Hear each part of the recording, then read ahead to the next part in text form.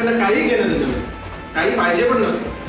परंतु एकदा जर त्यांचा विश्वास बसला की हे लोक चांगले आहेत, ते खऱ्या अर्थाने आपलं काम करू शकतात, तर ते कुठलाही स्वार्थ न ठेवता भारतीय जनता पार्टीमध्ये यायला उत्सुक असतात. हा पक्ष एकला माझा ज्याला राष्ट्राची हो जाण, ना नावापुरता हिंदू अवघ्या हिंदुत्वाची शान. शिवछत्रपती रक्तात आमच्या हृदयी पावन राम, संस्कार आम्हावर संघ शक्तीचे सार्थ हो अभिमान. हा देश घडविण्यास सदैव तत्पर पक्ष भाजपा.